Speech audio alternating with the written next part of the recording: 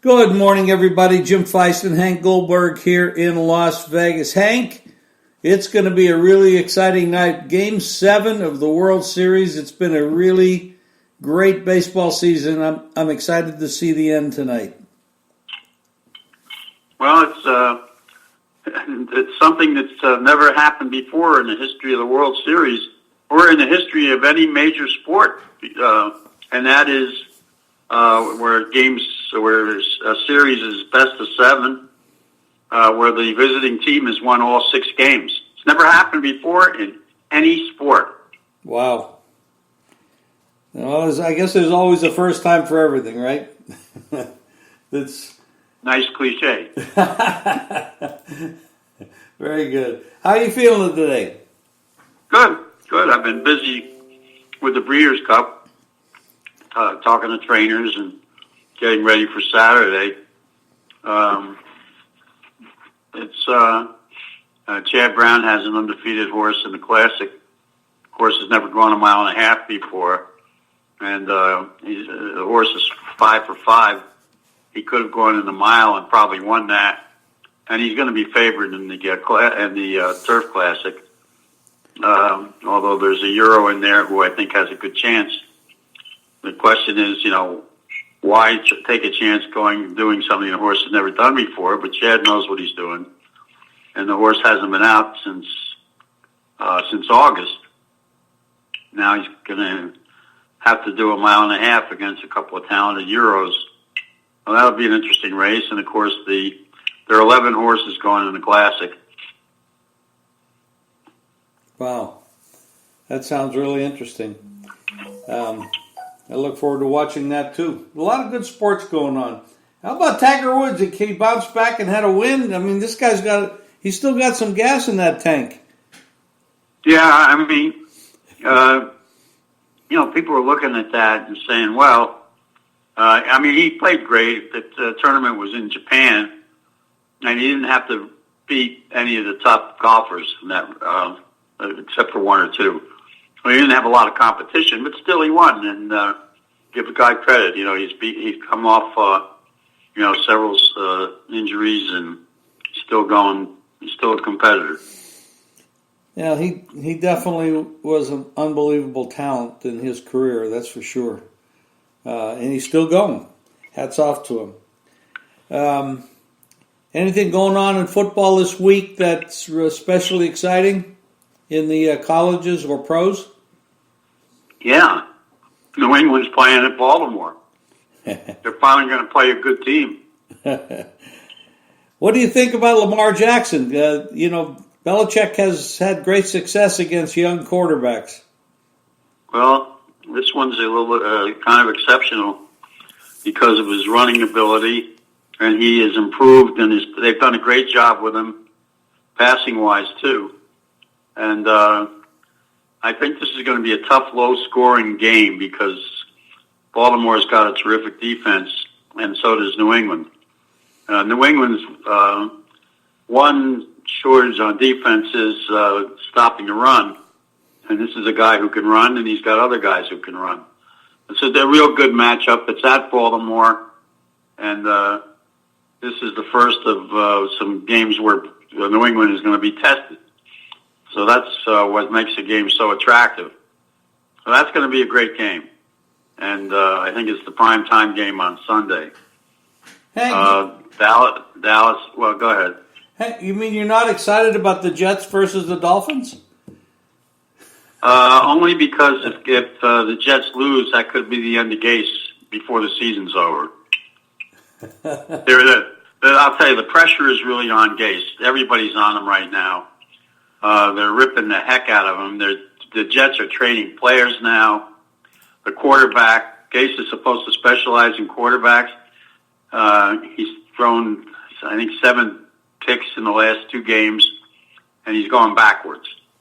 So if he's a quarterback's coach, they are now acknowledging amongst themselves that they made a mistake, and he's under fire. If he can't beat this team, I think he's done. Hank, I don't think they'll wait. Hank, years ago when he was at Miami, you said he was not very good. You were very down on him. And why do these people keep picking up retreads that were not successful elsewhere? Well, the Jets are a dysfunctional organization. Now they wanted to get rid of their fullback, or their top player, their safety. He wants out. Nobody wants to play for this guy. Right. Now they didn't get that. They didn't do their homework. They hired him without interviewing anybody else. Remember? I forgot that. You're right. Yeah. They didn't any trades that were made or weren't made that surprised you? Well, there was only one trade made.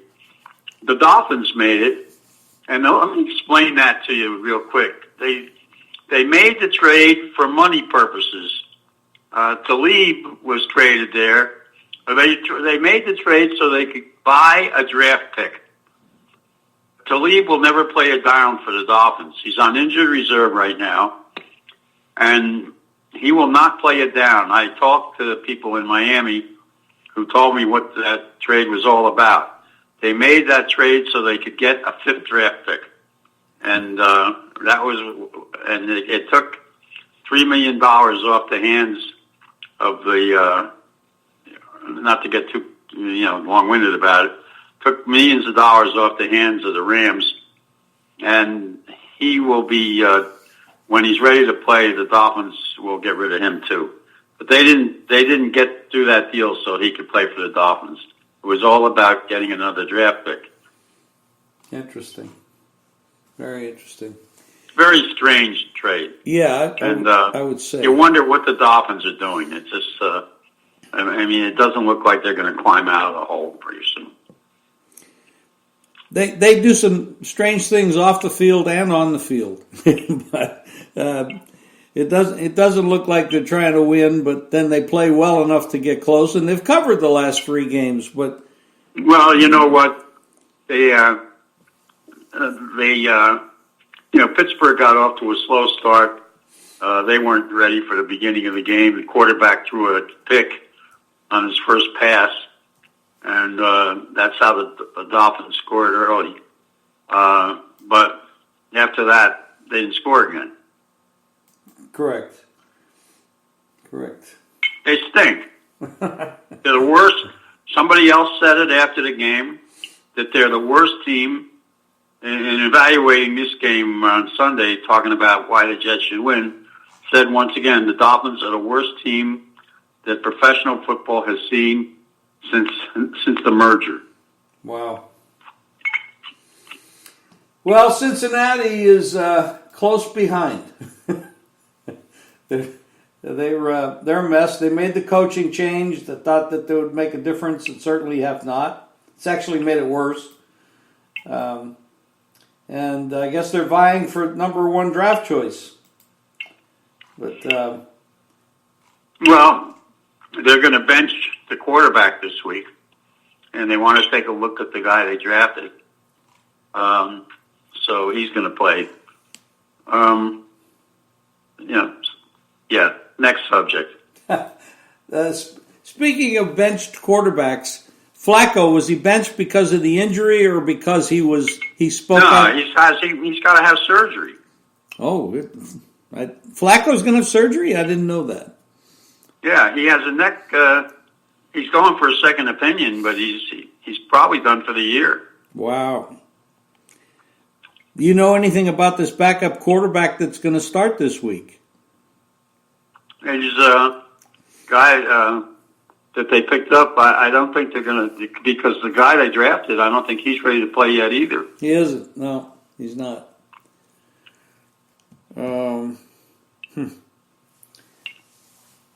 Yeah, this is a very strange time. Player movements, players sitting, players being benched, injured players. You have to be. It's kind of a minefield out there to try to figure it all out.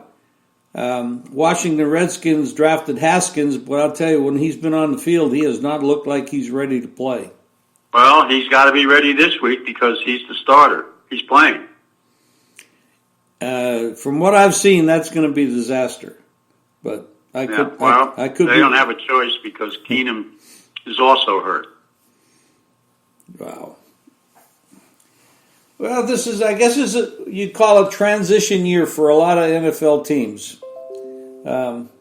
Trying to figure it all out, get their feet back on the ground, and we're talking about some of the bad teams. The good teams, San Francisco annihilated the Panthers last week. I mean, okay, it's okay to lose a game, win a game, but the way they did it, it was shocking. Yeah, I think we dealt with that on Monday. Looking ahead to San Francisco, they play at Arizona this week. Double-digit favorite on the road. Arizona's defense was put to task by New Orleans last week. That's the game tomorrow night. One thing about Arizona is that they don't match up well against San Francisco in all the areas where they need to. I think there's some games worth watching this week besides New England and Baltimore. Green Bay is at the Chargers. They're favored there. You got Cleveland will be playing at Denver. They've got a chance to win there. Tampa Bay at Seattle, I think, is a good game. Seattle's fast defense is one that Tampa Bay can do well against. And Kansas City, Minnesota. You may see Kansas City's quarterback coming back, but even if he doesn't, Moore played very well on Sunday. Minnesota is, on the road again. They're playing very well right now. Philadelphia goes to Chicago, or Philadelphia is home against Chicago. Can they win 2 games in a row? Carolina has Tennessee. Tennessee's won 2 games in a row. Tennessee's a different team since they went to Tannehill, the quarterback. And, Chicago, you wonder how long they're going to go with Trubisky, because he's horrible, and the coach has not done a good job there, and they have no kicking game. They blew the game last week by going for playing for a field goal, and took the ball out of Trubisky's hands. Oakland, Detroit. Detroit's playing very well right now. Quarterback's playing great. Oakland has not been playing bad either. Oakland is at home for the first time in forever. So it's a good NFL schedule, a good betting schedule this week in the NFL. I agree with that. I don't think we need to talk about teams like Cincinnati and give too much time to the Jets. The Seattle you mentioned, and I agree with you, there are some really great games, betting games and watching games. Tampa's at Seattle, you mentioned that, but Seattle lost their center. And that's a difficult position to replace in a short week. You know what? That's part of the problem. They're not the only team that loses a center this week. And they also are not a good home investment this year. They're 0-4 at home with 2 losses. Yeah, they've not covered a spread. We have a revenge game we got a couple revenge games. You got Dallas on Monday night at the Giants. Dallas beat them in the first game, kind of embarrassed them. And that was with Eli at quarterback. Now that's changed. And then, of course, we have the Jacksonville-Houston game where Minshew is going to face Houston for the second time. The first time they went for a 2-point, Jacksonville went for a 2-point conversion at the end of the game. They missed it and lost the game in Houston, 13-12. Now this game, J.J. Watt is out for the season for Houston, so they're a little crippled in that position. And that's in London, and it starts at 6:30 in the morning, our time. That's a game where Jacksonville actually has a little bit of an edge. They play there every year. This is their 7th straight year playing in London.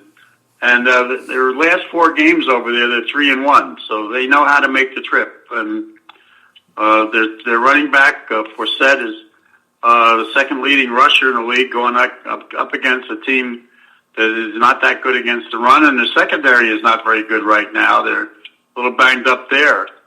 So this will be a decent test, of course. And then there's, the injured eye story from last week with Houston, where he made an incredible play. So he's going up against a pretty tough defense. This will be I think a very good game. Well, I agree. That's going to be. It's an early game. It's tough to get up that early in the morning and watch football, but it is going to be a good game. Carolina loses last week, 51-13, and they just had no clue what San Francisco was doing and couldn't stop them. I think they're the other team that lost their center.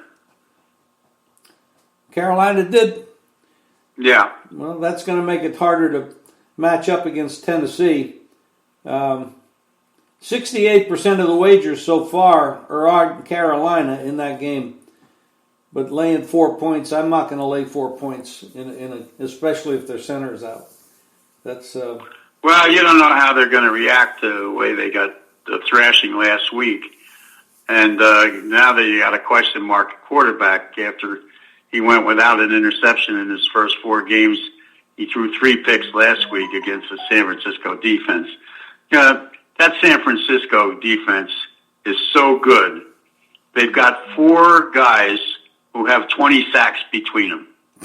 That's incredible. Yeah, it is. And now they're going against a quarterback whose team can't protect them. Yeah, this Arizona situation, I mean, a 10-point home dog tomorrow night in a division game, I'll tell you, laying 10 points on the road is never easy. This is a rookie quarterback going against a defense that's probably the top defense outside of New England in every category you can think of. And I'm going to repeat what I just said. They've got 4 players who have 20 sacks between them, including Nick Bosa, who's he's just incredible. And they can't protect the quarterback. And the Saints exposed that last week. And this guy is going to be in for it. I think the line is right. I can't argue with that. There's been a pretty good trend I will bring up here. Double-digit favorites in the NFL. Most of the games end up going under the total. And that's because when there's a double-digit favorite, it obviously shows that there's one team much better than the other. And it tends to lean to totals going under. It's just a little tip for the listeners out there that might work out. College football, anything we talked about it the other day. There's a lot of good games. And we're coming down to the end. Of course, we're in the second half of the season. Great matchups. Everybody's vying for position.